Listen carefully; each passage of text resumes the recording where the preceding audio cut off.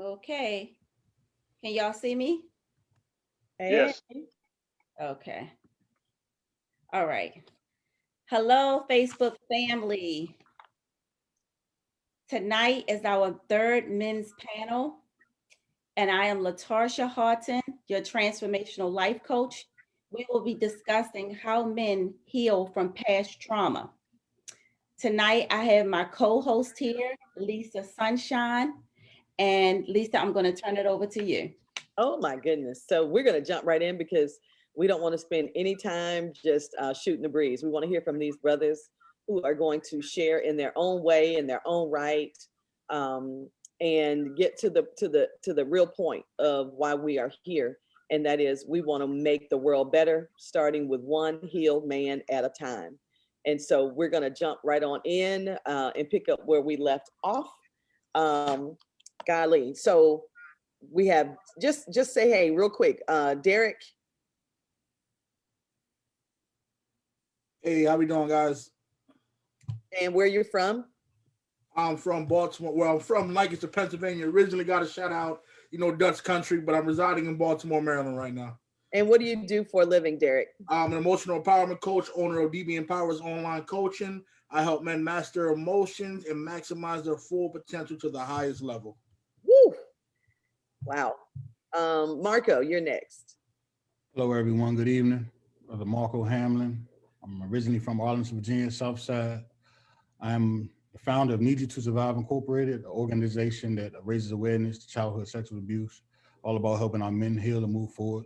Army veteran, husband of beautiful wife and two beautiful daughters. Amen. And let's see, Jonathan. Good evening. My name is Jonathan Hebb. I'm originally from St. Mary's County, Maryland. I currently live in Baltimore County, Maryland. I'm in management for a large healthcare institution here in Baltimore, advocate and accountant. I'm glad to be here. All right. Mr. Kenny. Hello, everybody. I'm Kenny Haughton. I'm a retired U.S. Air Force registered nurse, 21 years active duty. Originally from Baltimore, Maryland. My wife and I, Latarsha, have a blended family of 5, currently residing in Tampa, Florida. And I'm currently employed at the Veterans Administration, where I'm the charge nurse, RN coordinator for the orthopedic clinic. Tony Kirk, what you got, boo? Hey. Good afternoon, everybody, or good evening. My name is Tony Kirk, also affectionately known as Mr. Honey, to those of you all that don't know me. I'm a retired Deputy Chief of Police from the Topeka Police Department, also retired 22-year veteran of our great military. Currently, I'm a human resource professional, originally from Topeka, Kansas, transplanted here to sunny Lakeland, Florida about 6 years ago. I too have a beautiful blended family of 7, and I am the proud husband of Lisa Sunshine. Whoop, whoop. He had to say nothing else, y'all. Anyway. Tony Williams from sunny LA. Well, not sunny today, but normally because it don't rain in Southern California. Hey, good afternoon or good evening, everybody. I'm Tony Williams, and I am founder and CEO of the Men's Empowerment Collective, where I serve as also as the Chief Men's Empowerment Strategist. And what we do is we help men reclaim the respect, the appreciation, and the happiness that they deserve in their lives. I'm a married man, been married 21 years. I've got 3 kids, 22 20-year-old twin daughters and a 25-year-old son. And as Ms. Lisa said, I'm representing beautiful LA. All right, the West Coast is the best coast. So let me just put it out there. All right, glad to be here. It is a pleasure. It is my high honor to co-host this panel. It is very near and dear to my heart as we are in a blended family. We've been blending 16 years, 13 years, 13 years married come February 6th. And the journey has not been easy. We discuss all the time and early on and even now had some healing components been in place before we got married, or even early on, we would have seen so much more joy. But there's a connotation that's connected to men, that you hide your feelings, you don't show your emotions, you don't cry, you toughen up. And with so many women speaking up about abuse and trauma and neglect or abandonment, Tarsha and I connected, and we said, you know, we can't keep doing this, because if the women keep healing and the men don't, we still have a problem. Because if our men aren't healed, then our homes aren't healed, which means our communities aren't healed either. And so we want to make sure that as we have a platform and as we're growing and we're learning, and we're being healed all the more, that we make sure we share the platform with the gentlemen in our lives and in our communities. So that's why we are here tonight. So I'm going to start the question off. This one is, this is Jonathan's question. And the way we're doing this tonight, everybody, we're going to pinpoint one gentleman. He'll answer the question first, and then the other gentleman will share their responses. Jonathan, we know that many times it's because of how we were raised or how we were brought up, that we don't have the tools to fix issues as young people. And so we start coping mechanisms really early on when we're dealing with pain and trauma and things of that nature. So if this pertains to you, if not, you can pass it on. But as a child, how did you deal with a toxic parent who was present, and while you were dealing with the pain of an absent parent? If that relates to you, could you answer that question? That's a very good question. Ironically, my parents were married for over 50 years. My mom is still living. My dad actually passed away last February 2020. While my dad was there, he wasn't there emotionally.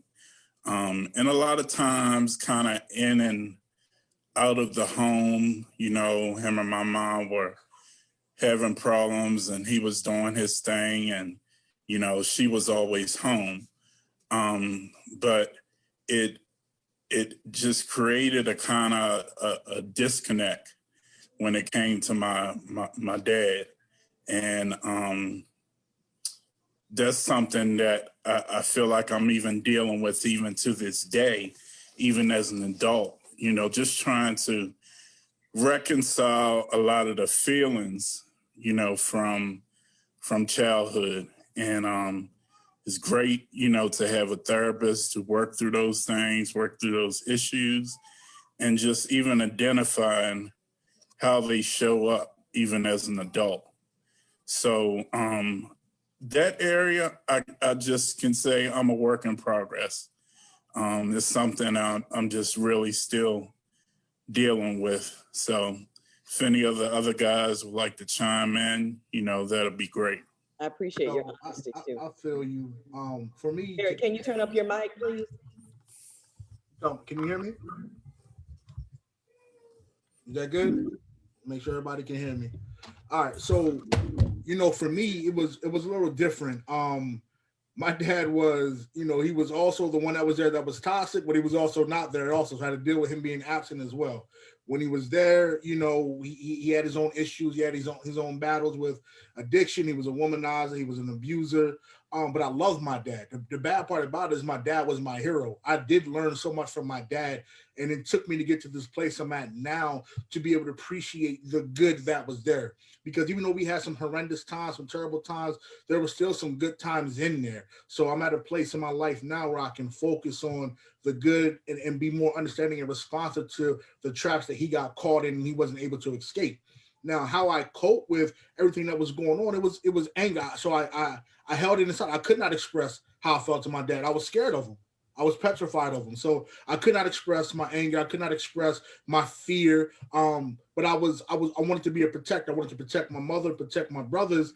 At the same time, like I said, this was my hero. I loved him. So my coping skill was pleasure in the form of anything sexual related when it came to females and things like that. That's how I cope with the frustration that I felt. That's how I cope with the anger that I felt. That's how I cope with not feeling adequate, not feeling like I can help my mother, protect my mother, and protect my brothers. So I did things to make me feel better, to make me be able to better, manage the situations that I was in. So I was always girl crazy. It was always about girls, girls, girls, sex, sex, sex at a young age, an alarming age.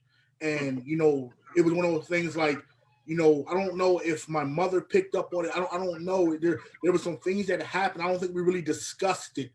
You understand what I'm saying? That's outside of the sexual abuse that I endured, outside of that, but just my own sexual deviances at a young age. You understand what I'm saying? Just always, at it with girls. I'm talking about from the ages of 6 on. So I was always focused on girls. That's what made me feel good, being able to having that gift to gab like my father, being able to, we call it rapping to the girls, being able to spit that game. That was something that drove me, something that really made me feel good about myself when I was going through tough times. Oh, yeah. Anyone else? Yeah, I think oh, go ahead. I was saying for me, growing up in the foster care system and dealing with sexual trauma and physical abuse, and what I would do to cope, I would shut down. I didn't know how to address the issues. I mean, when I did bring it to the forefront that someone was molesting me, then they swept it under the rug. So my safety net was gone. While I was going to school, I act out different ways. I always had to be the class clown, especially as I got a little older. When you that young, from the age of 4 to about the age of 8, when I was being molested, I really shut down. The foster care system, social workers, counselors.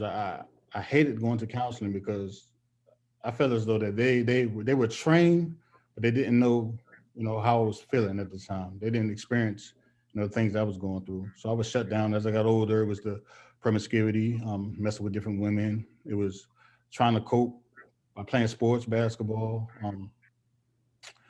just messing with women, drinking alcohol, smoking weed. Just not knowing how to address those issues. So I was shut down. And that affected me for a long time until I was able to break my silence back in 2012.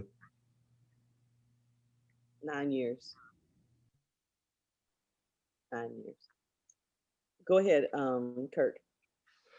Yeah, I don't know that I necessarily dealt with a toxic parent more so than a parent that growing up in a single parent household. My mom and dad divorced when I was 7. Before they divorced, to me, life was like utopia. It was that perfect Ward and June Cleaver kind of a life for me and my sister. And so when my parents divorced, it was due in part to infidelity on my mom's part. She was a stay-at-home mother. My dad didn't require her to work. And so I saw, for whatever reason, be it loneliness, be it not having something to do or what have you, I saw her bring another man into my father's house. And, they carried on and things of that nature. And I hated her for it for the longest time. But, and it was tough. And so, my dad was, and, everybody's got their version of the story of how things went and how things manifested themselves and why that infidelity occurred. But notwithstanding all of that, after my mom and dad divorced, my dad was constant. He was Johnny on the spot. For 6 years before he got married, every single weekend without fail, he would come and pick my sister and I up at 5 o'clock. And he would be there and he would say, "Hey, have my kids ready." And we enjoyed ourselves and things of that nature. But then he married another woman who had kids, and he began a new life. And it seemed like to me that what we knew, my sister and I, with my dad, kind of ended. You know, he would still pick us up and he would spend time with us, but it wasn't as frequent. And I found myself kind of resenting him because while he was living what I considered the good life, he was living in another city, beautiful home and things of that nature. I was with my mother and we were struggling. There were times where we didn't know whether or not we were coming or going. We didn't know where our next meal was coming from. I can remember times where we didn't know what we were going to eat. Water would get cut off. We had to go over to my grandfather's house with coolers to, to get water, just to bathe, just to brush our teeth, just to wash our face. And I was the oldest. It was me and my brother and my sister. And that was just something that I I kind of blame my dad for that. Perhaps maybe I shouldn't have, maybe I should have, I don't know. But as the oldest, I just kind of really felt compelled to stay with my mom, even in spite of, and I don't know why that was. I think one of the brothers mentioned about, and it may have been Derek, about protecting his mom. And so I had opportunities to go and stay with my dad and live with my dad, but I just felt like as the oldest, that if I left her, how would she make it? That's so good. And that's not how a teenage kid or a middle school kid should be thinking. But I just wasn't going to be selfish that way. But what I found is that, and I don't know if you want to call it codependency or what do you want to call it, but it just seemed like a really warped way of thinking to me. And I really realized how odd that whole entire way of thinking is when I went to college. Because when I went off to college, I was finally free. I could do what I wanted to do, come and go as I please, and things of that nature. And I don't know I know a lot of the brothers mentioned having a sports background and things of that nature. And I can remember going off for the first time and being homesick. I didn't even know what homesick was. We were at a practice and I was going to get something to eat. And I was driving with a buddy of mine and just started crying out of the clear blue. 18 years old, bench pressing 200, 300 pounds. And I'm crying in the passenger seat of this dude's car. And he said, "Man, what the hell's wrong with you?" He said, "What's wrong with you?" And I said, "I miss my mama. I'm homesick. I want to go home." And so he said, the dude said, "Well, man, if you leave, who's going to keep me hyped up? Who's going to keep me motivated?" And I said, "I'm calling my mama to get so she can send me a bus ticket." And of course, he said, "Well, let me go talk to the coach." And I said, "Man, don't do that. I'm just going to slip away and it's going to be all good." Well, I thank God for this guy. The guy's name is Kent Michael. I still remember him today. He was a white guy from Russell, Kansas. If you know anything about Kansas, they got a lot of little small towns, and there's a few people that live in these little small towns. And I met this guy, and so he went and told the coach, and the coach came back and he said, "Tony, what's going on, son? How you doing?" And I just started crying. "Ooh, I want to go home. I want to go home, coach." He said, "Son," he said, "why do you want to go home?" And I said, "I miss my mama." And he said, "What are you going to do if you go home?" And I said, "Well, what I'm going to do is I'm going to enroll in at the local university and I'm going to walk on the football program." He said, "No, you're not, son." He said, "No, you're not." He said, "Let me tell you what you're going to do." He said, "You're going to go home. You're going to get your girlfriend pregnant and you're going to ruin your life. And I can't allow you to do that." And so it was like, wow, that's the first time that someone really expressed some kind of interest in me and was concerned about my well-being. Needless to say, I didn't go home. And, I just feel like I've been better for it, but I could go on and on. I did struggle a little bit, but I could go on and on. Go ahead, babe. Okay, the question is, how did you deal with a toxic parent who was present and while you were dealing with the pain of an absent parent? That's the question. And so, Kenny, um, can you chime in on that at all? Yes, yes. So I'm the oldest of two. I have a brother 5 years younger. And my parents were married 15 years. They got married early, pregnant. My mom was pregnant with me at 18. So at age 15, when the marriage ended abruptly to me, because my brother and I, we didn't have a clue what was going on. You know, I was into sports real heavy. My father was my basketball coach, playing basketball and football, and then wham, felt like my life was coming to an end. And I was angry at my mother because I felt like I remember saying to her, all you have to do is love him more. Mm. But in hindsight, Mm. I realized what she was enduring, dealing with infidelity, dealing with his addictions. So she sheltered my brother and I. And, it was helpful, but it was sort of detrimental at the same time. And what I mean by that is that the example that we had as a father or as a man, we thought that, men should have to be providers. Um, I don't I don't ever recall seeing them argue or really any kind of emotional attachment. So that was the example we had. Provide for your family, and that's all you need to do. But Mm. we know that's not all. That's just part of it. That's just, that's a necessity, but it's just a piece of the pie.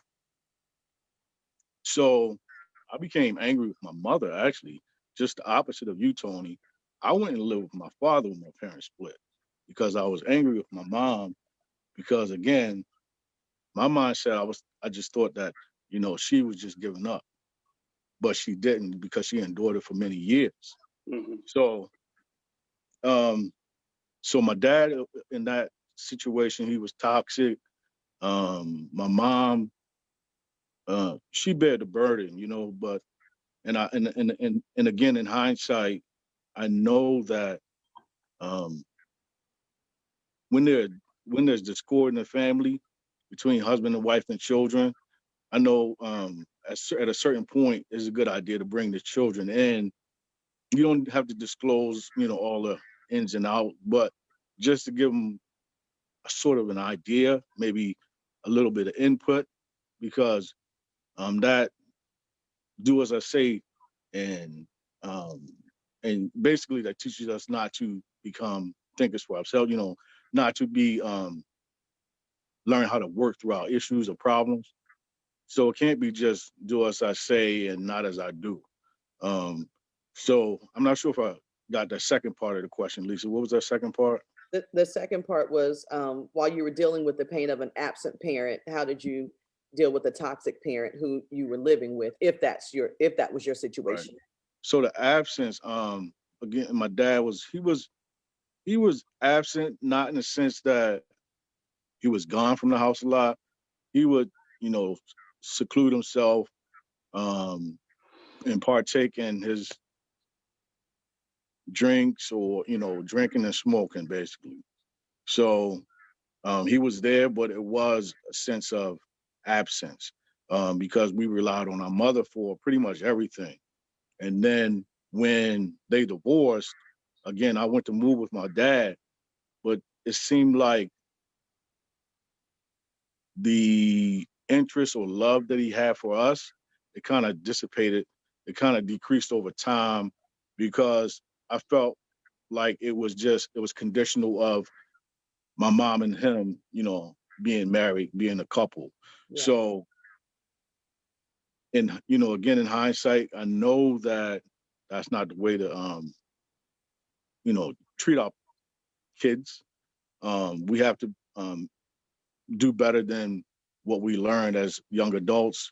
And again, a lot of us, we had parents that were teenagers when they had us. Mhm. So they were trying to figure things out as well. Tony Williams. Yeah, appreciate the brothers sharing their stories. And, my story a little bit different. Can you turn your mic up a little bit, Tony? Oh yeah, let me get a little bit closer.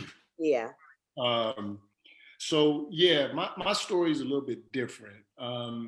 So my folks divorced. I don't even have any recollection of them being together. I was one, somewhere in there. And so I lived with my mother, and I was pretty much raised by my mother and my grandmother. And I mean, almost the two of them were almost interchangeable. To the day my grandmother died, I called her mom. And that was no disrespect to my mother. I had a good relationship with my mother, but it was a very different relationship because my dad wasn't in the home with us. So I didn't grow up with that, that dominant male figure around. The closest thing I had to that was my grandfather, until he passed away when I was in my early 20s. And so I was really raised by two really strong, dominant women. And so the absent part to the question is, how do you deal with the absent parent? I didn't grow up with my dad. I didn't have that role model, that figure that was there. When I'd had that get in trouble at school, I wasn't that kid worried about, oh, my dad's gonna get me. I didn't have that issue. My dad was a minister, and he was growing his following, and so he was doing his thing and whatnot, and we just didn't have that relationship growing up. We're good today. We're connected today, and he lives less than a mile from me right now. And so the relationship is there today, but it wasn't then. And so how did I deal with that? I mean, my grandfather. I leaned on my grandfather. I wanted that male figure. There was days I can remember being in high school where it was like I wanted to holler at this girl, and I didn't really know how to talk to her. I didn't really know how to come at her. I remember thinking, man, I wish I had somebody that could, school me on how to approach shorty or something like that, right? There was those kind of moments, but I grew up in sports, and I think my mom kind of, knew I needed some male guidance. And so when I played football, I played baseball, I played basketball. I mean, I was in all of that stuff. And so I always, therefore, had a male, coach, that could, compensate for the fact that, I didn't have that close of a relationship with my dad. I had a relationship with him, but not that close. At that time. So, I dealt with it by leaning on others. I remember my uncle. Remember, when I was, growing up too fast and trying to chase girls and trying to drive too early. I remember my uncle. I was like, hey, teach me how to drive a stick, because we had a stick that was always, at home while my mom went to work. And so I'd sneak the car out, while she was gone. So rebellion was a big part of kind of how I grew up. And that was kind of I think maybe an effect of not having that male influence that somebody, that would put fear in you, that make you say you're not going to do, the wrong things. And so I had other people that I leaned on, for better or for worse. In terms of the toxicity, I mean, what was toxic, and this may be where my story is a little different, is me and my mom were like oil and water. Because what I felt like was, so my mom was raising me as like a single mom, even though my mom got married a few more times, but she kind of sheltered me from the stepdad, for the most part. And my family kind of sheltered me from, her marriages as well. So I kind of, growing up 8, 9, 10, 11 years old, I spent more time in my grandmother's house. So I didn't really, so my mom, she remarried, and, her second marriage, I wasn't really involved in that too much. I was staying with my grandmother. And that made me start to have a bit of resentment towards my mother. And I couldn't understand, why my mother was doing what she was doing, and I'm staying with my grandmother, and what's that all about? I couldn't make sense of that. So the toxic part of it for me was, me and my mom had a bad relationship, probably until, all through junior high, all through high school, probably not until one day I had a literally light bulb went off because my mother tried to be mother and father to me.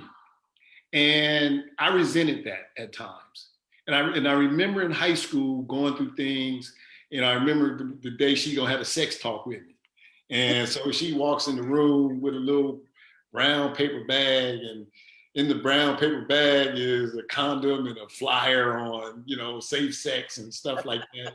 And she never had to talk with me. She just set it down and like I was gonna get it. And I remember at that time, I'm 16 or something, I don't know. It's too late anyway at that point. and I'm like, I remember just going, you can't be my dad.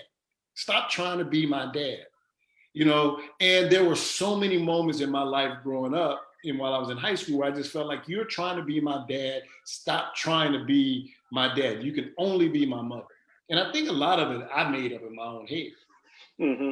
She was just doing what she felt was best for her son, her only son.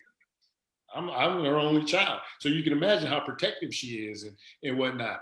But I think I harbored a lot of feelings inside of me that I aimed at her when all she was trying to do was raise me the best way she could in Compton and Inglewood, no less, in LA. So gangs everywhere, I could have easily got caught up, and she was just hard on me. And I couldn't understand that. And the only way I could interpret it was, you're trying to be my dad, and I don't need you to be my dad. Stop trying to be, you can't be a man. Stop trying to be a man. You don't understand what I'm going through. And I harbored feelings for that, and me and her fought. We clashed like crazy until one day, kind of similar to Tony's story, Kirk's story. I'm in college. I'm playing basketball. I'm on scholarship. And had a bad game, had a rough week at practice, tripping with some girls. Life ain't working for me right now. And I remember one day, I just stopped. I literally was walking down the street on the sidewalk, and I stopped, and then the light bulb came on. I was like, now I know what my mama was trying to tell me all those years.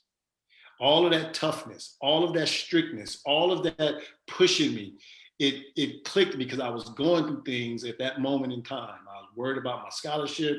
You guys that play college basketball, college sports, they dangle that scholarship over your head. How bad do you really want to be here? How bad do you want this? Right. And they recruit kids to come push you. And I was going through something, and I remember what my mom was always trying to tell me that I didn't understand in high school. Right? Her lessons about be strong, and her lessons about discipline, and she wouldn't let me do things, and she would push me, and she would challenge me, and she would even use words that would tear me down. You ain't gonna be SHIT, and you ain't gonna do this, and you ain't, but that was her way of motivating me and pushing me. And we clashed, but then I had that moment where my mom was trying to get the best out of me because she knew I was gonna be in a moment like this where I needed to be better than I've been. And in that moment, I had some healing with my mom. Mm-hmm. And I think later, not too long after that, I called her and said, I get it. I get what you did. I get why you did what you did. And I'm competitive. And my mom knew that. So the you ain't gonna be SHIT was her way of challenging me. Because she knew if she said you ain't gonna do something, I'm that person. You tell me I can't do something, I'm gonna go do it. Just because. And she tapped into that. I didn't understand that as a kid. I fought it. I was angered by it. It pissed me off. But once I had that moment in college, that light bulb came on, instantly I knew exactly what she was doing. And my relationship with her changed in that moment. And she's an amazing woman today. I love her dearly, and saw her earlier today, and she's amazing. My dad, we got closer as I moved into adulthood, and talked through some things, and now he and I are great. And so I'm just blessed to have both my parents still here. I'm just blessed to have learned from what took place in my life. But I had some reckoning I had to do with both mom and dad. I'm glad I was able to get to that point where I did. Man, this is such rich content in that each of us, just like our fingerprints, how we're going to experience a particular thing, of course, is going to be different.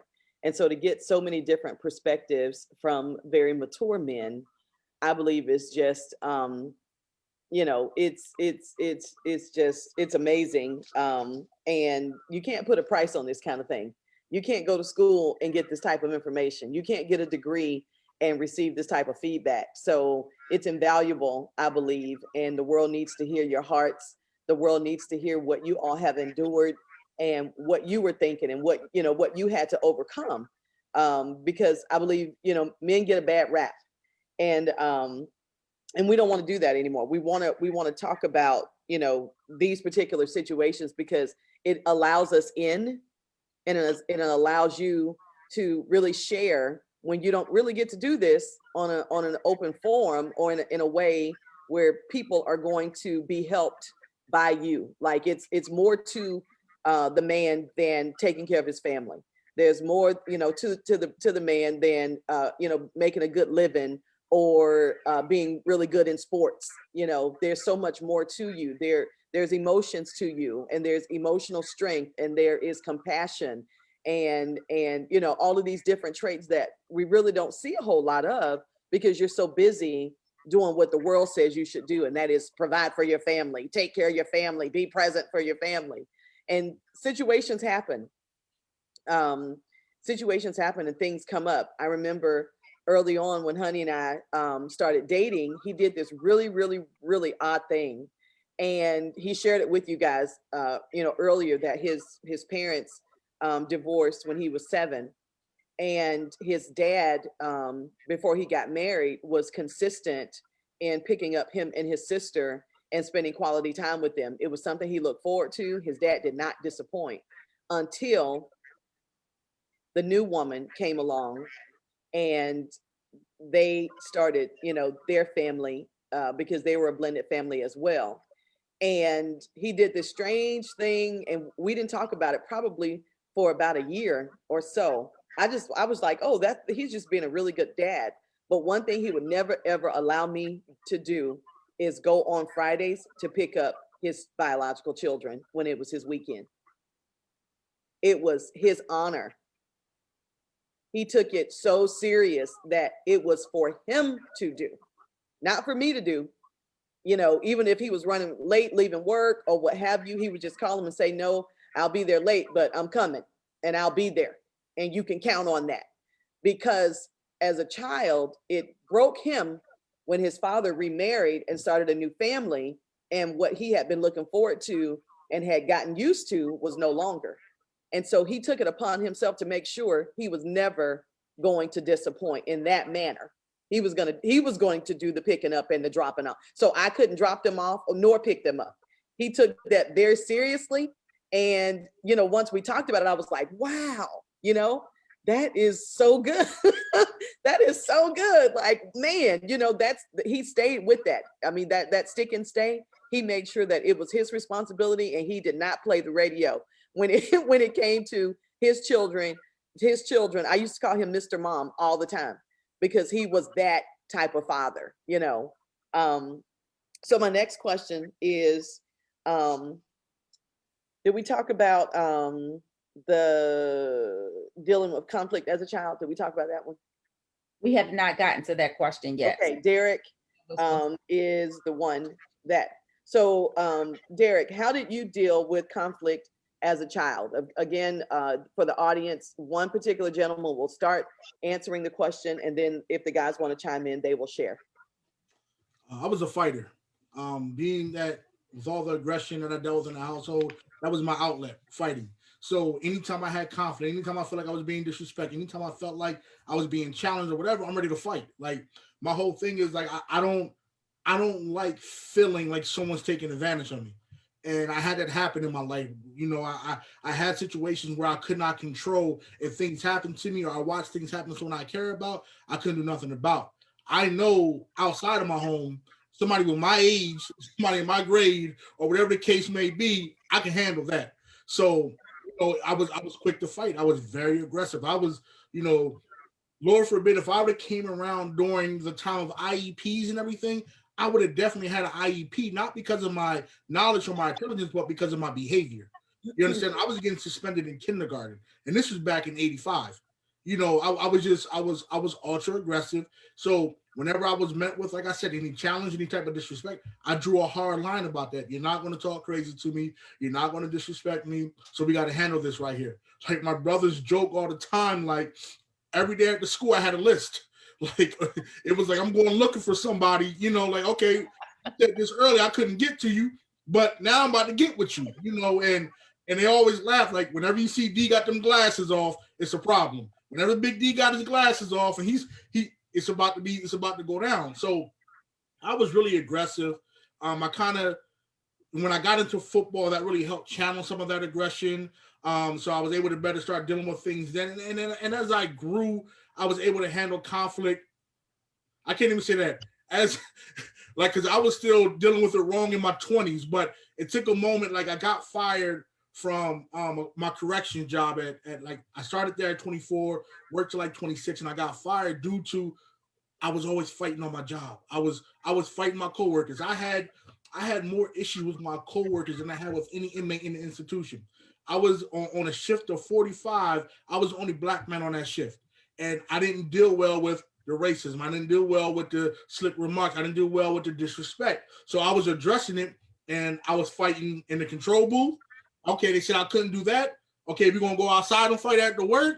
You said I couldn't do that. Okay, let's go meet up at a park. We have to get this taken care of.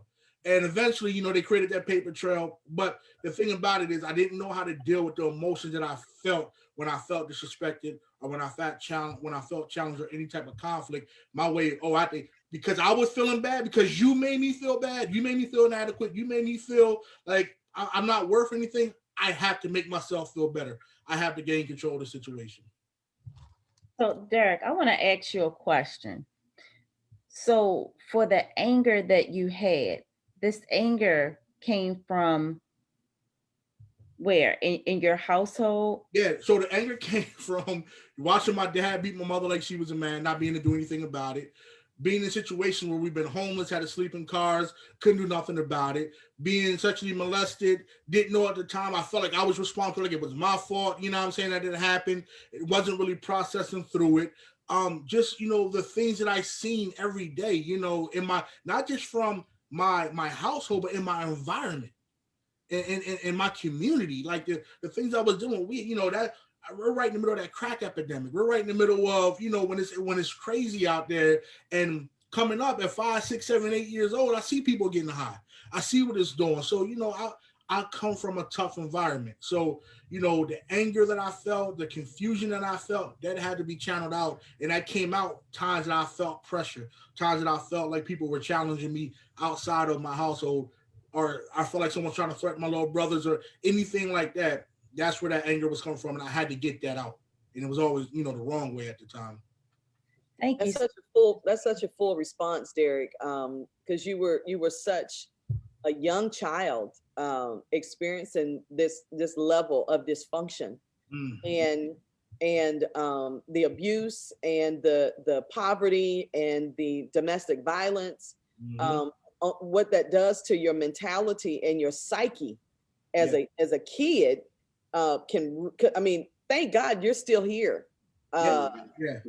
You know, thank God that you made it out. Thank God that you were on the flip side of this coin. Literally, you're on the flip side of this coin, because just one of those situations could have took you out. But you had multiple layers of toxic living and dysfunction, and you have flipped the script on that thing. And now you help men and boys walk through some of that stuff. And I know that's why all of you are on the panel, is because either you're coming out of it, or you're on the way to come out of it, or you have already done the work. And so thank you, Derek, and all of you. Thank you for doing the work of overcoming childhood sexual trauma and watching your mother be horribly, abused and things of that nature, and sleeping in cars. I cannot applaud you enough. Like, I'm just so moved by each of your testimonies. And so, I'm so overwhelmed right now, and I don't want to start being a big old crybaby. So, dealing with conflict as a child, Marko, go ahead.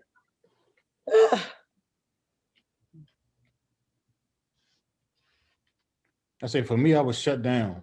You know, I was in the foster care system at the age of 4. So, and being sexually abused and molested by siblings of the family, I was shut down. So instead of me handling conflict, I was too young. I didn't know how to handle conflict.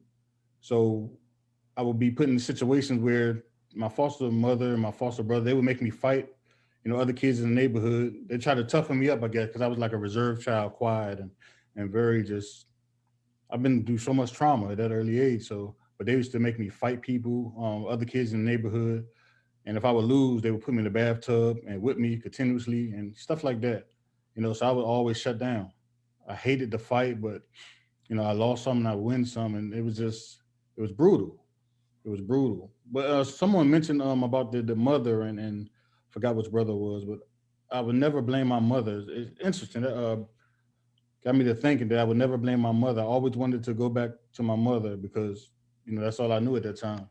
She was a single parent, and I yearned for my mother, even though she was going through her battle with alcoholism and substance abuse. I always tried to get back to my mom, and I felt as though, if I would have opened up more to people, I that would delay the process. I always wanted to get back to my mom, her care. I always knew that she would, get herself together and regain custody of her children. But so I would try to like shy away from conflict because I knew that, in my mind, I thought that it would prolong the process. I dealt with it. To handle that type of responsibility emotionally and mentally is just something else. Kenny, can you respond to that? How did you deal with conflict as a child? So from what I recall, we had conflict and like neighborhood conflicts, like little cliques, what we call them. But we had like a little tight knit group of close knit group of friends that I had. So for the most part, I mean, it wasn't uncommon. I remember, I can't tell you how many times I fought Elroy. And, sometimes I pick an L, but those times where he took that L, he took it. I think it was more as a teenager, I kind of escaped into sports. So, my wife can tell you I was real big into basketball, football. That was my life. That was my escape from my reality. At that time, my parents breaking up and how devastating it was. And it actually got to a point where, I had several opportunities, scholarships, things of that nature. I went to all boys Calvert Hall High School, had a dual scholarship, basketball, football, played with, a lot of guys that made it into the league. And it got to a point where the internal conflict that I was dealing with because of the disappointment from my parents' divorce, and I kind of gave up on sports. I became disinterested because it was like, well, if this can happen to me at this point, I don't care what else happens. And I know that's not the right mentality. And thank God, it got to a point, I started getting into a lot of trouble, trying to sell weed and just doing, just trying to make money to buy different things. And it got to a point, I got into a little trouble, decided to go into the military. And that changed my life. But at the same time, it caused a whole different type of conflict. I heard someone mention about racism in the prison system. It definitely, Derek, I heard you say that. It definitely exists in the military as well.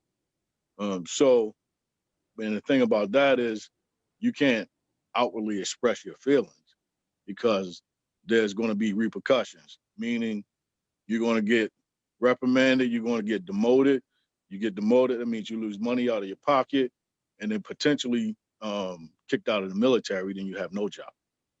So in the military, it kind of it breeds men and women to become more internal. You know, we internalize things a lot because you can't outwardly say or express your feelings. And, you know, in hindsight, again, that's not good, because at the end of the day, that stuff is just going to pile up. And then when it explodes, it's going to be a big explosion. So I remember having Carried several, over. yeah, I remember several fights in the military. And because, you know, you have all this stuff here at work in the military. And then when you go out to the bar drinking with your boys, there it is, you know, overseas, wherever. I remember several bar fights, you know, too many to count. I have a scar on the back of my head from a Jim Beam bottle. So I guess the takeaway for me is conflict is like, it's a battle. It's something that you have to have a plan of action. And if you just fly off at the handle, then there are going to be consequences. So, Jonathan, how did you handle conflict as a child? I was kind of opposite of Derek in a sense where I avoided conflict at all costs. And I think the reason why I did that is because I had a father who was very dominating, very just confrontational all the time, and just, you know, picked a lot of fights with my mom. And, you know, I just hated seeing that. So it's like that made me just internalize things and just avoid, you know, conflict at all costs because of that, you know. And that fighting just made me want to do the opposite. But at the same time, I wasn't the type that, you know, that will run to a fight. But if you brought it to me, you know, I was going to give it. So it's, you know, it's kind of like a double-edged sword. And, you know, to this day, you know, I've learned that, you know, some confrontation is good. You got to be able to speak up and to, you know, have a voice, because when I was younger, I don't feel like I had a voice until, you know, my adulthood, being able to speak up and, you know, defend myself, because, you know, when I was younger, I wasn't able to do that. Awesome. Tony Williams. Yeah, so I normalized conflict, I think.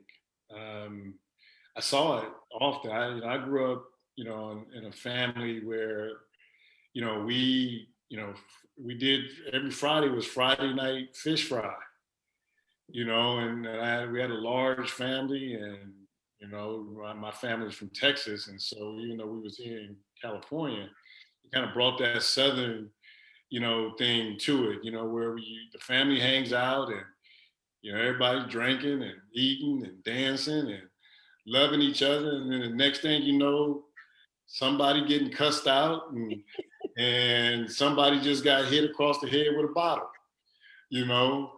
And as kids, and, you know, what my family didn't do was, you know, it wasn't a situation where it's like, hey, we party and y'all go upstairs, and y'all go downstairs in the basement, and y'all go over to, you know, to the neighbor's house. We watched them. We, you know, hey, Tony, go get me a beer. I'm 8 years old, 6 years old. Okay.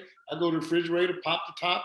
I didn't drink, you know, a third of it by the time we got to them. And then that wasn't an issue. You know, that wasn't, that wasn't a problem. And so the drinking and all that almost always led to an uncle fighting with an auntie, a grandparent fighting with somebody, a neighbor that came to hang out, you know. And so I saw it all the time. And so what that did to me, I think, and I don't know that I really even thought that deeply about it until right now, is I just normalized it. It was like, to me, that was almost a symbol of love. I hate to say it that way, but my family loved each other. I mean, they could fight like cats and dogs, and the next moment they hugging and dancing, you know? And it was just a way of life. And so for me, what that did was I just thought it was normal, but intellectually I didn't like it. I was like, that's not really my thing. So, you know, I'm somewhere in between Derek and Jonathan, right? I didn't run to conflict, but because I normalized it, it didn't bother me when it happened. And if I had to engage in a fight, I would. I kind of like the way Kenny described. I grew up with a tight little circle of homeboys, and we fought each other every day. It was like a rite of passage. It was like, okay, I'm fighting Damon today, and then the next day I'm fighting Willie. And it was like we just always had these round robins, just fighting. It was conflict, but I didn't really like it. But it became learned behavior, and so it was get into fights on the playground at school. Even though I never saw myself as a fighter, but I wouldn't back down from nobody. And I wasn't always the biggest kid around, and so people want to pick fights and stuff. All right, I don't want to fight, but I ain't gonna back down. You're not gonna punk me. And I grew up in a neighborhood where if you did allow yourself to get punked, that was a kiss of death, And so conflict to me just kind of became normal. And I would fight on the basketball court. I would fight on the football field when I played football. I would fight in the streets when we just, riding bikes, riding dirt bikes, playing marbles. If there was a reason to fight, I was down to fight. I never started a fight. I never picked a fight or agitated a fight. But if it was time to fight, that's what we do, because that's what I saw. That's what I saw in my household, was you fight, particularly when it involves people you love. So for me, I normalized it. It became a way of life. It became learned behavior. And then I even saw it play out in adulthood for me in my family. I'd be confrontational with my kids, when really I didn't need to be. And that's something that I try to speak to men now about, is how you were raised and what you did shapes who you are, but it doesn't mean that's who you have to be. Mm-hmm. And that's kind of how I look at conflict. It shaped who I am to a large degree, but I kind of work hard today to make sure it's not who I am and it's not who I become, right? It's in my past. It's played too much of a part in critical relationships in my life. And I'm at a point where I'm trying to make sure that that's not what defined me, because like I say, as I grew up, it was just normal. We saw it. It was just a way of life, and I don't think I didn't think much of it. It was just part of being human, it was to have conflict. Tony, Kirk, end us out with this particular question, and then we got one more before we end for tonight. All right. Yeah. Hold on. No, I was just going to say, I had one question that I needed Derek to answer. Was a point that I wanted him to answer, but Tony could go ahead, but I just need to get this question from Derek. For the audience.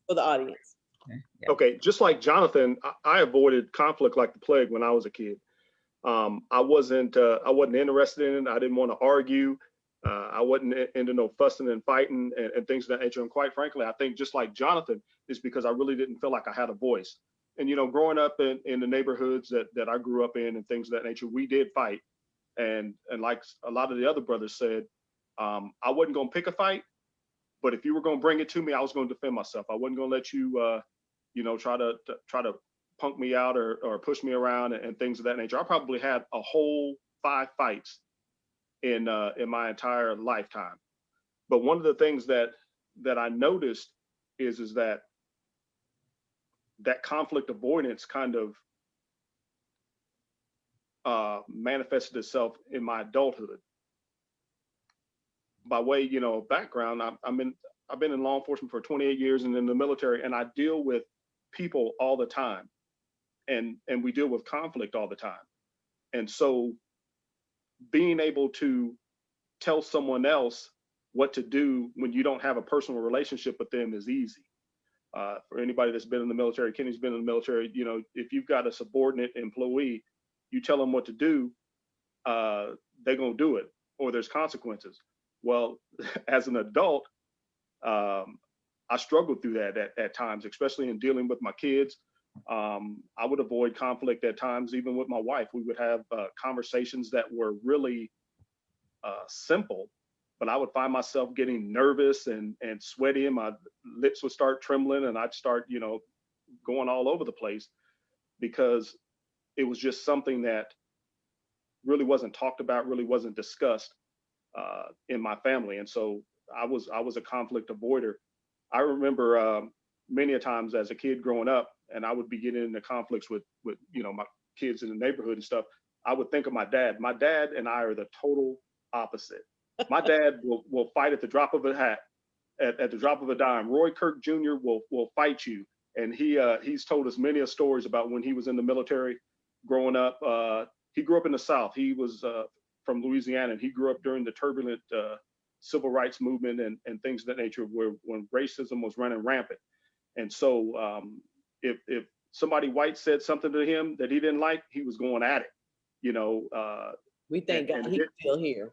Yeah, and he's still here, you know, thank God he's still here. But for me, I was just quite the opposite, you know, and there were times when I would be in conflict with some kids and stuff like that, and I'm thinking, man, I wish I was my dad, you know. But I just, you know, I learned how to use my mouth, because I was actually a pacifist. I was a shy guy, you know, didn't really hang out much and things of that nature. But I learned the gift of gab. I talked my way out of so many fights. And so that's kind of how I dealt with conflict as a kid. All right, is the question you have for Derek? Yeah. So Derek, for someone who used to watch their mother be beaten, right? What advice can you give a person of, like, as a young boy, if you could not defend your mother, right? What advice would you give that person on how they can heal from that? Because you said that you watched your mother be beaten, right?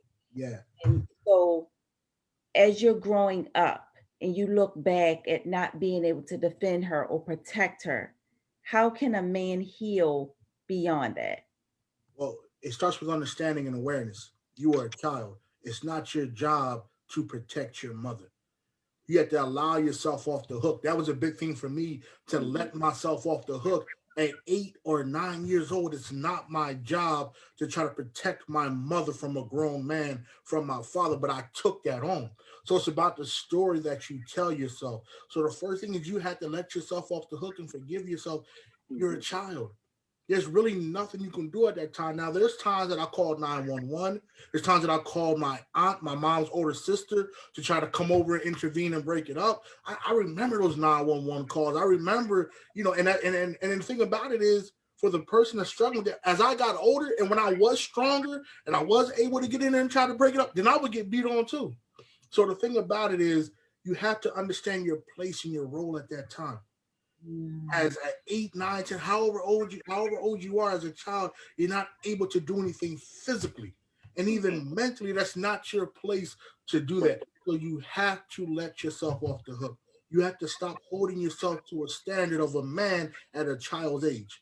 Now, I know you always hear, as a boy, you're the man of the household, if the dad's not around, whatever the case may be, but that's something that has to change. That's a belief that has to change. You're not the man of the household. It is not your job to protect your family at that age. You can't even protect yourself.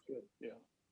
So how can you protect your mother? How can you protect everybody else? So we got to stop putting that pressure on ourselves. You was only able to do what you were able to do. So let yourself off the hook. Yeah. I hear men talk about the responsibilities as a child, but they're giving men responsibilities of having to help mothers pay bills at a young age, of having to take on that role, you know. And I just want men to be able to hear this, that it's not your responsibility. Yeah. You know, and they carry it into manhood. They carry it into their marriages, and they don't know how to heal from that. Yeah. And the other piece to that is, you know, women who are in those particular situations have to not put their young sons in those situations. And many times it's a survival thing. It is, I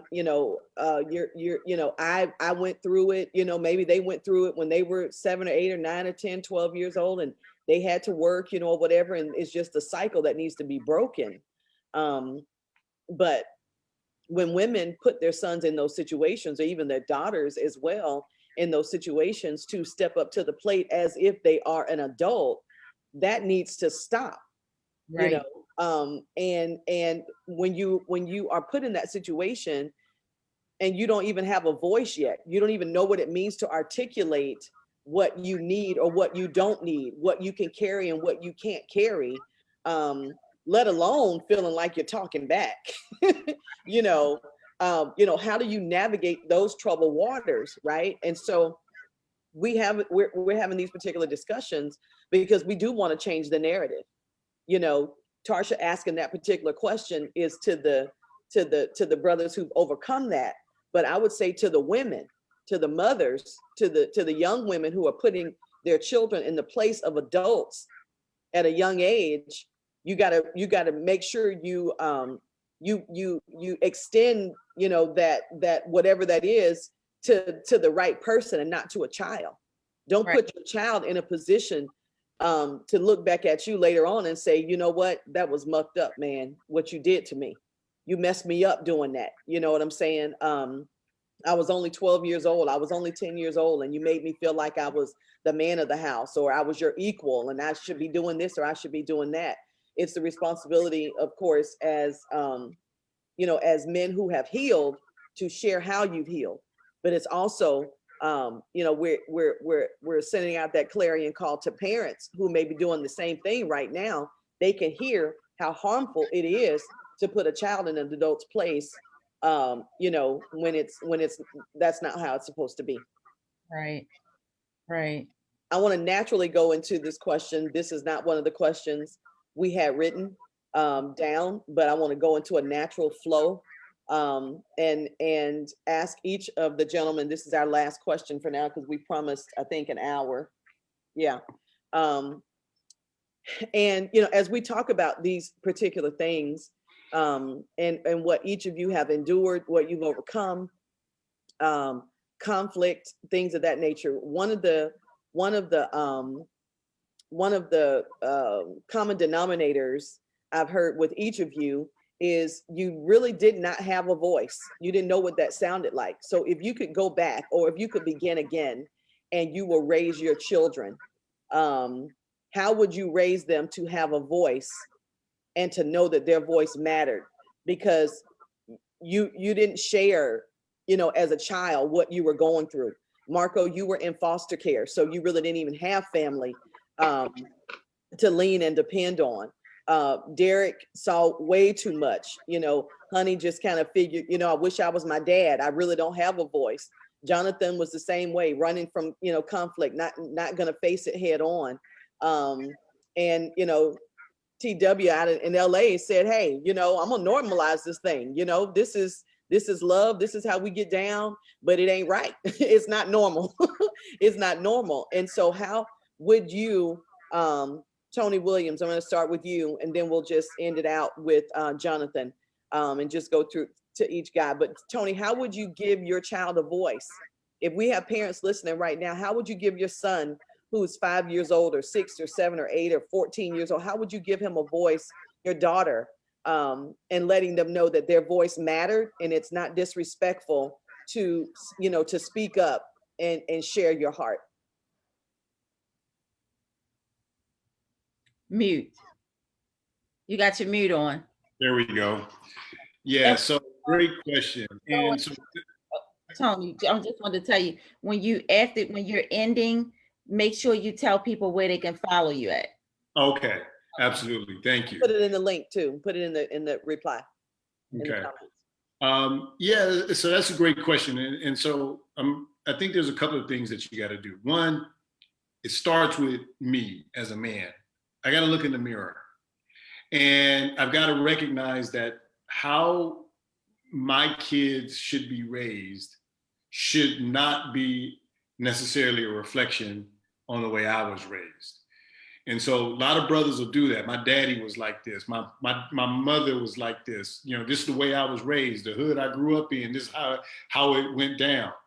And I was guilty of that myself, raising my kids. So like I say, my folks are from Texas. My folks were hard on me. I mean, I got bricks thrown at me, extension cord whoopings, all that kind of stuff.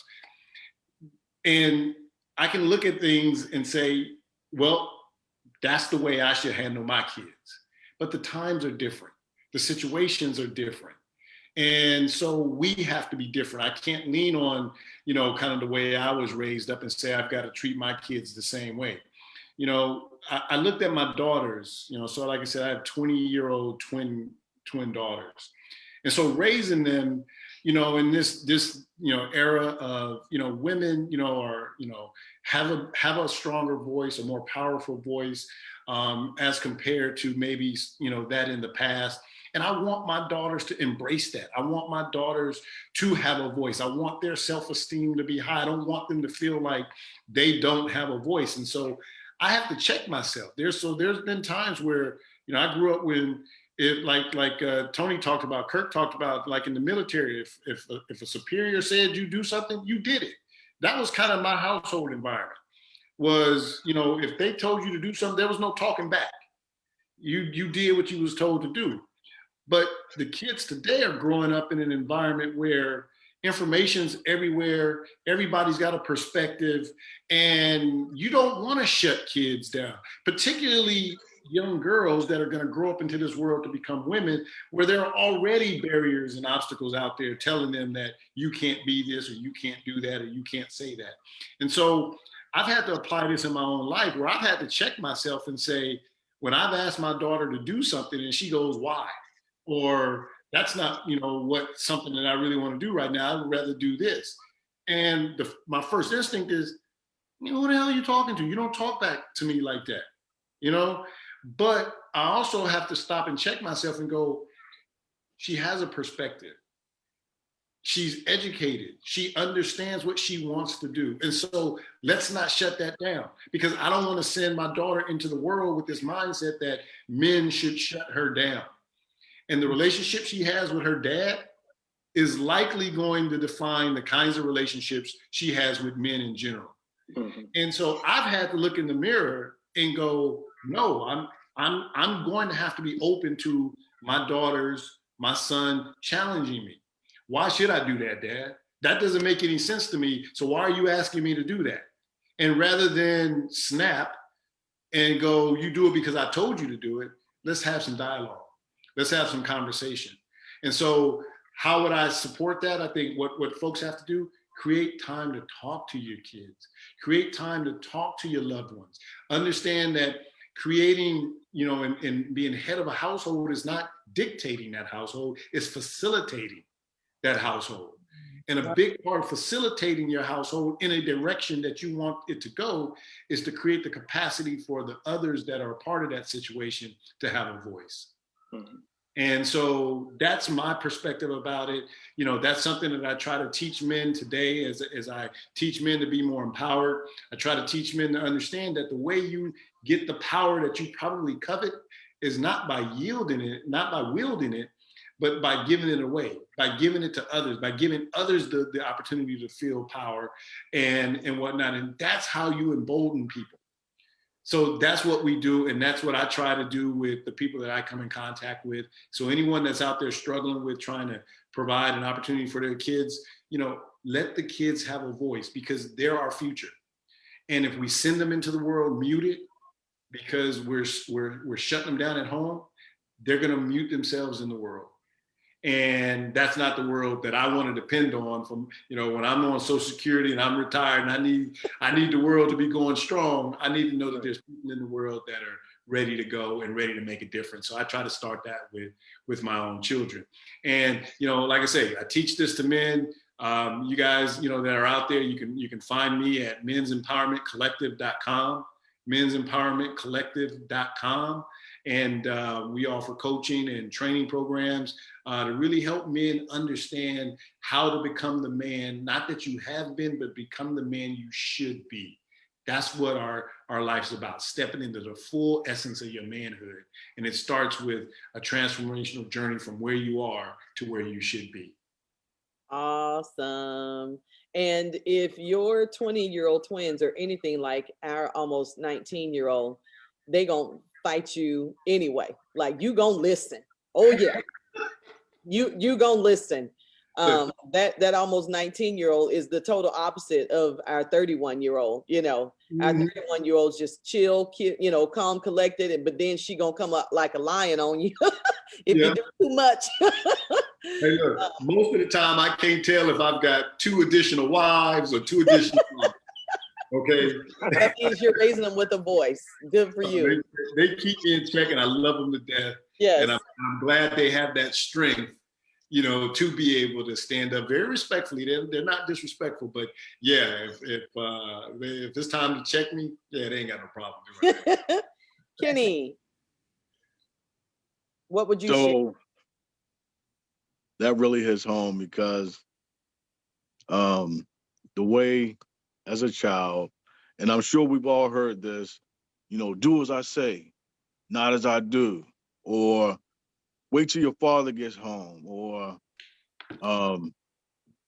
be quiet. Children should be seen and not heard, right? That all, in a nutshell, it just shuts us down. It creates fear. And with that in mind, we know that the fear tactic, it doesn't work. I tried that with my kids, not so much the girls, with my son, well, Corey, biological son. I have two sons right now. So yeah, it didn't work. And then I learned years later, as you know, as he matured and he's a young man now, he's 27. I realized how it affected him and how it still affects him to this day. So that was how I was taught as a young boy.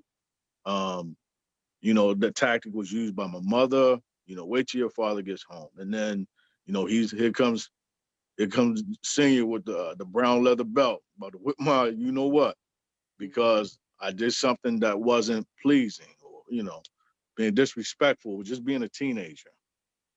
So again, and then going into the military where you rule with the iron hand, you know, iron fist.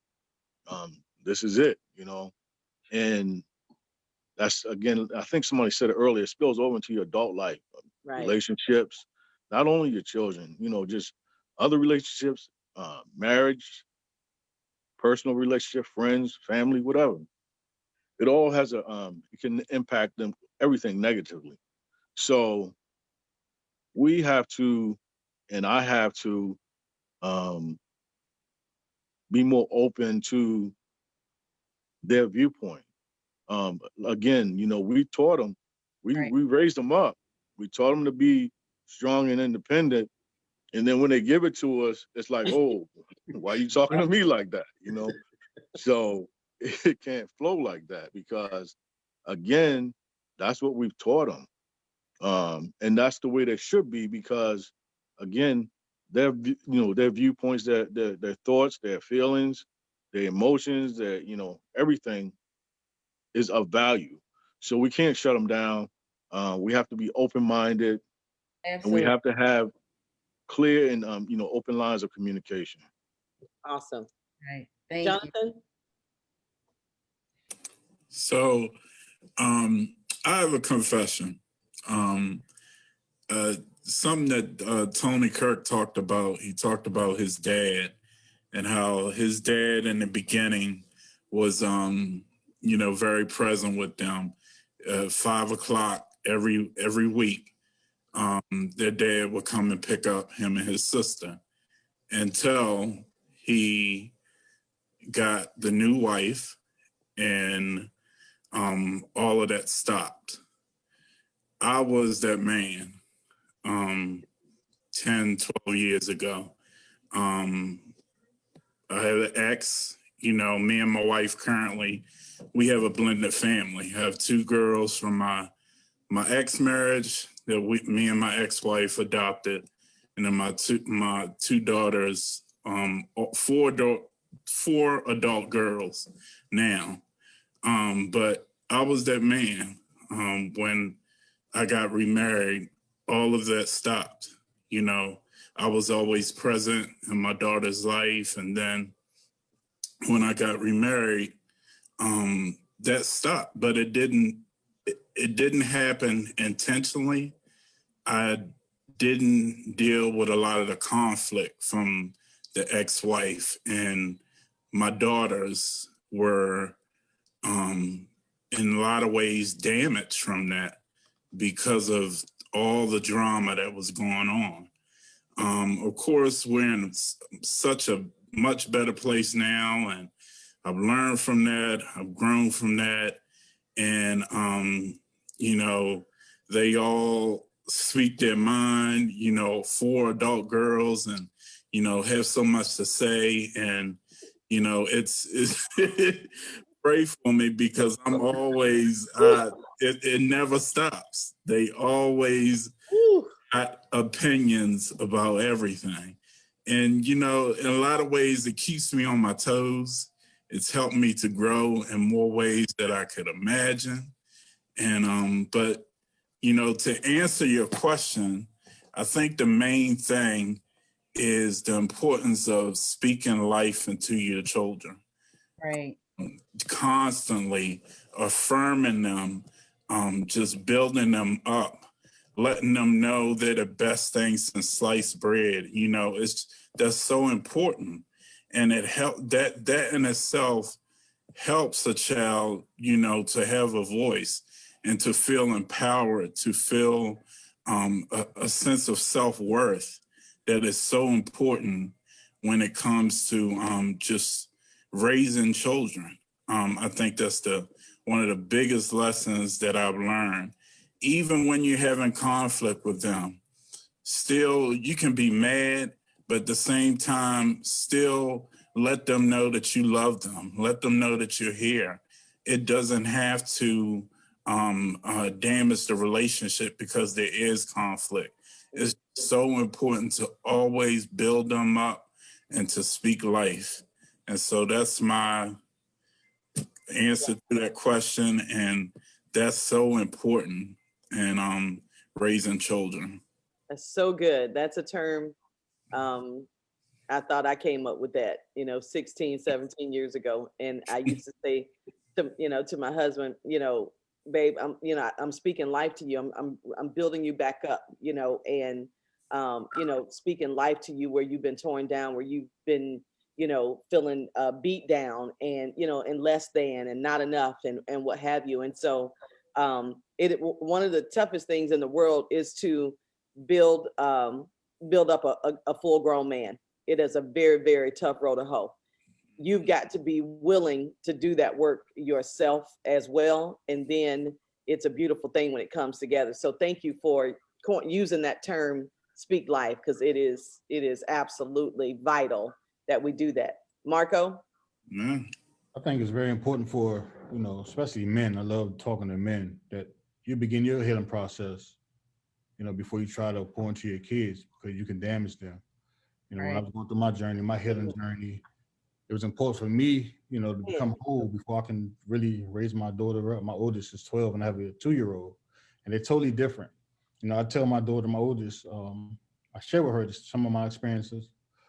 I'm very transparent. I think you have to be transparent. A lot of people try to sweep things under the rug, which most of the people in the Black community, we've been taught that way. Whatever happened in this house stays in this house. But I often have to, let her know that she's blessed. She don't have to go through the things I went through, certain things I do and why I'm the way I am. I talk to her about it. Most people today, not right now, but I've seen it many times where people you work all week, you work so hard, but you don't really spend time with your kids. So people push them to school, or they, depend on teachers to raise them, or other parents. And you have to be careful and be mindful. The way you talk is not often what you say, is your delivery. You know, how you speaking to you, how you talk to your children. That's very important. So I really just talk to them. You have to be transparent and also just show them that you love them. Not just tell them. You have to show. You Yes. know, you could tell them all day, but yet they would do. You know, they would follow. They would see. They're watching. The children are watching. My daughter's very intelligent, straight A student, so she sees a lot of things and the way I interact with my wife, and I have to show her. I can do a better job. I don't always do everything right, but if I'm quick to reconcile, or if I make a mistake, please forgive me. You know, things like that, little small things, but it would it would carry on for the rest of her life. She remember those little nuggets that you plant, those seeds you plant early on. That's so good, Marko. When you said, God, you said so many good things, but you said you're transparent. And she's 12 years old. So at what age did you start talking to her about the abuse you suffered and what you endured as someone coming up in foster care? Around kindergarten, you know, my wife and I, we didn't try to shelter her, but we try to protect her the best that we could. As far as in the Teaching time her. she was going to daycare, no one's supposed to put their hands on you. No one's supposed to touch your vagina. You got to use those words, vagina. Right. You know, those words. And if you don't feel safe around people, let us know. Let daddy know. And don't be afraid. You know, we have people very manipulative, and they will, pedophiles are opportunists. So if you're not present in your child's life, then they would they see things. That's how I was abused. My predator, the first person molested me, he knew that my mother was battling alcoholism. So he took advantage of that, you know. So we have to be very vigilant and very just mindful of who you allow to interact with your children. And I let her know early on. So about the age of 5, I don't try to Wow. beat her over the head with it. You know, you have to just Right. awareness. Awareness. Oh, yes, ma'am. Awareness. Man, that's huge. Tony Kirk. No, I started with you. No, I you didn't start with me. look, I'm trying to read my own handwriting. Yeah, Tony Kirk. Go ahead, babe. Okay, We're gonna so end up there. Yep. yeah, what I would say is give your child, your children, the voice that they've earned and that they deserve, and don't steal it away from them at an early age before they have an opportunity to use it. And what I mean by that is that's what we did with my youngest boy, Kalen. He was very much like me, very laid back, very meek, mild mannered. Didn't give us any problems whatsoever. But we were his voice. We spoke for him. If someone said, "What's your name?" we would say, "Kalen." My daughter and I were very guilty of that, and so it wasn't until truly Lisa and I got together that she pointed it out to me. And she said, "Babe, why are you guys always answering for him?" And I had no response. It was crickets. It was, when people would come up to him and he was standoffish and things of that nature. And it was like he was waiting for us to answer for him. And it wasn't until he moved with us and he was 16, 17 years old, and we were trying to help him to be a better version of himself, because Lisa and I really saw the potential in him as a young man. But he was having these struggles being able to, really express himself, communicate, and things of that nature, because we were communicating for him. And it wasn't until we had just a really in-depth, very poignant, very actually painful one-on-one with him. It was me, Lisa, and him, that he opened up to us, and he wrote us a letter. And we still have this letter today. And one of the things that he said in the letter was he felt like that we stunted his growth because we never allowed him to express himself. We never allowed him to speak for himself and things of that nature. And so nobody really knew what was going on with him. He was this tall, handsome young man, very quiet, unassuming, wasn't going to give anybody any problems. But, he was struggling inside because he didn't know who he was, because he never had an opportunity to express who he was, because his daddy, thinking that I'm gonna be his voice because I never had one. I was speaking for him. And when we allowed him to really express himself and voice who he was and express his feelings and things of that nature, he just blossomed. He bloomed into this kid that we never even knew existed. And then we lost him. And so it's like, shoot, I wish I would have given him the voice that he earned and he deserved early on. Would that have changed the narrative relative to him still being here? No, but I believe it would have made him just that more impactful.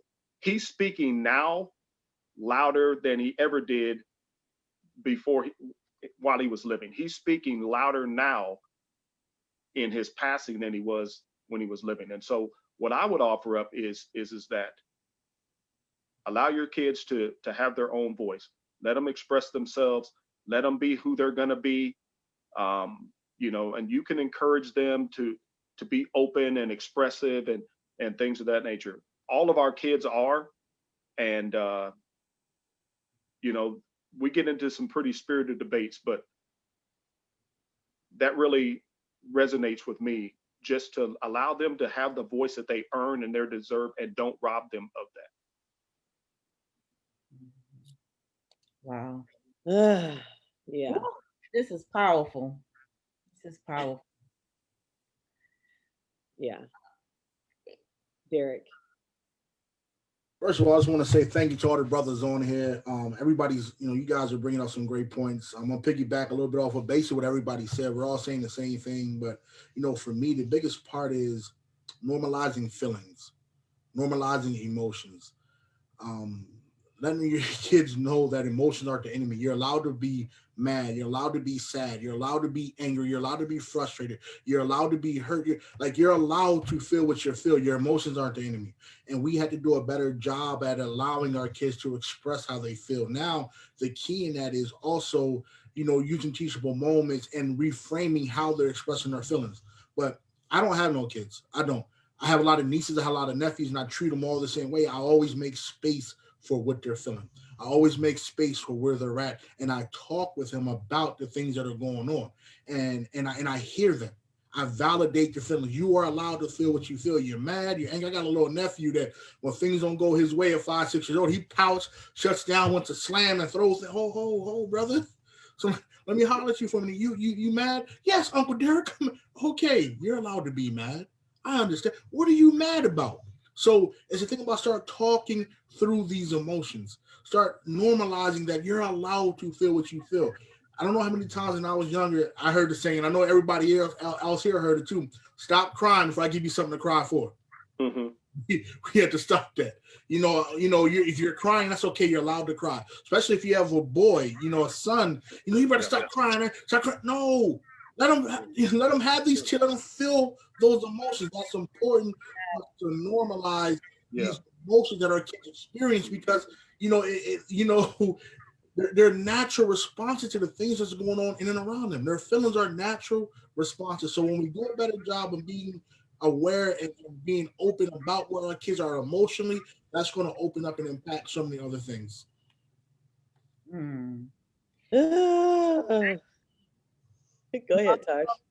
Marko, I need you to tell people where they can reach you in the name of your organization. And when he finishes, Dirk, if you can give yours as well. Tony, you gave yours, and they put it in the on a Facebook link page. You can follow me, Marko, Marko, Polo 703. My organization's at Need You to Survive on Facebook and Instagram. Do that again, real slow. Marko Polo, okay. Polo 703 and Need You to Survive, Instagram and Facebook.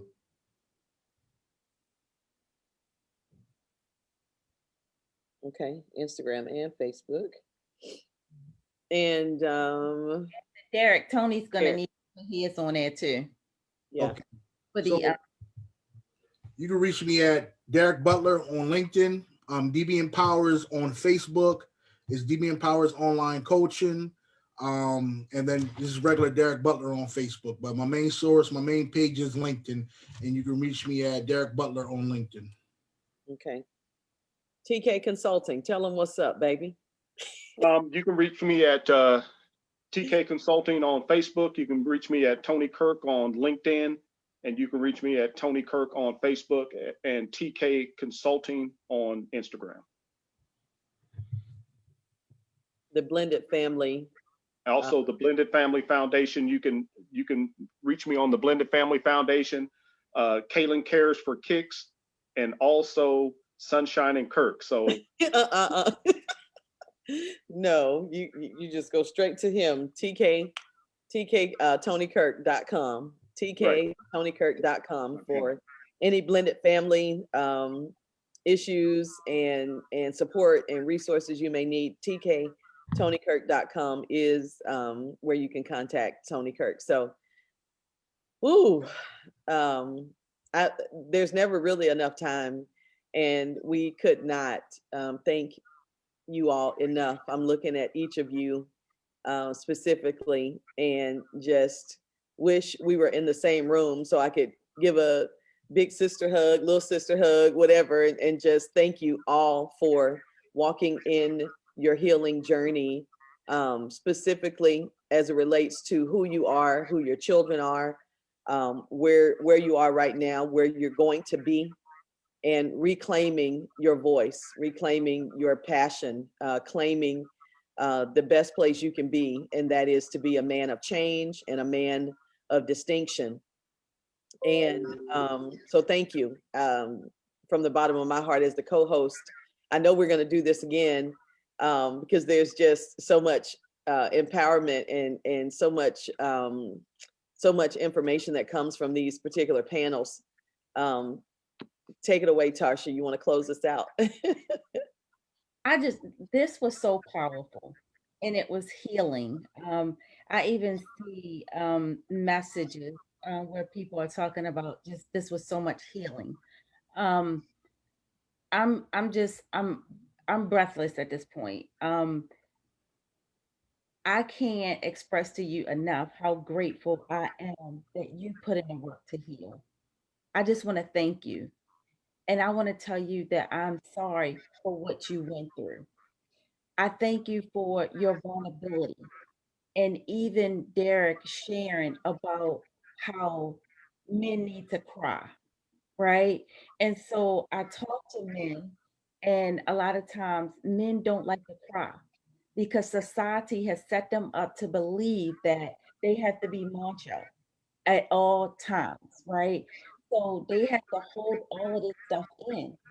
But eventually you're going to break if you don't cry, get a good cry out. And I'm just sitting here in awe of each and every one of you for dropping the knowledge that you have dropped, educating people and helping people to understand that it's okay to be vulnerable. It's okay to express your feelings. It's okay to be transparent and lay bare, naked in front of people and allow them to see the vulnerability. I'm just so grateful, and I'm so honored that you came on Breaking the Silence, Healing the Pain. This is what this is all about. We want to break our silence and heal our pain. And that's what we need to do. Kenny and I, my husband, we have started a new LLC under Haughton's Love because we want to teach people how to self-love. It's so important for us to love ourselves. I think about the scripture that talks about God says to love your neighbor as yourself. And when I think about that scripture, I think, wow, like God is telling us that we need to love our neighbors, but we got to love ourselves first. And it's so important because when you start to love yourself, you look better. When you start to love yourself, you start to heal. When you love yourself, you set those boundaries. When you love yourself, you surround yourself with safe people, people that's not going to drain you and suck the life out of you. So it's just so important. I'm so grateful for you guys. And I know we're going to have another one. I know we're going to keep this going because this is what our people need.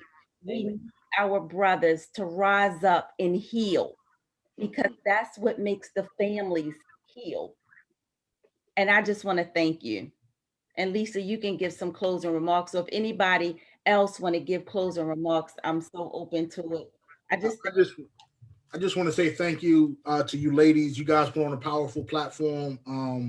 Lisa, we talked before, man. I think what you're doing is wonderful, and I thank you for this given opportunity for us to come up here and do what we do, man, and say the things that we're saying, and to be to talk through some of the things that we went through and what got us to the place that we are now. I think that's very important. A lot of times people just look up and see, where people are at, or they might see the success, or they might see the thing, but they don't know the journey. They don't know everything it has taken to get to this point. So I think it's important for everybody that's watching, everybody listening, know that no matter what you're going through, no matter what it is or how hard it is, that's not all there is.